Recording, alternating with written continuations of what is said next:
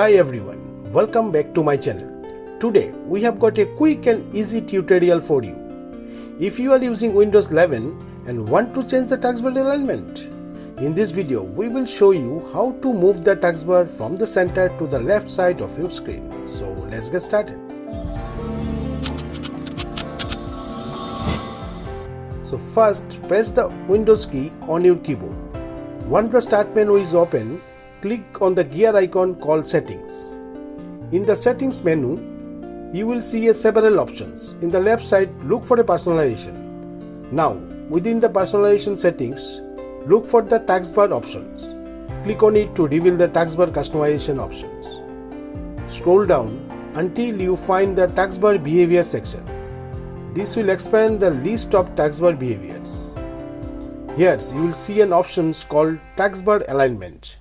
By default, it's set to a center. Click on the drop-down menu next to it and select Left. This will move the taskbar to the left side of the screen. Your taskbar is now aligned to the left side of the screen. You can see. That's it. If you found this video helpful, don't forget to give it a thumbs up and consider subscribing for more videos like this. Thanks for watching.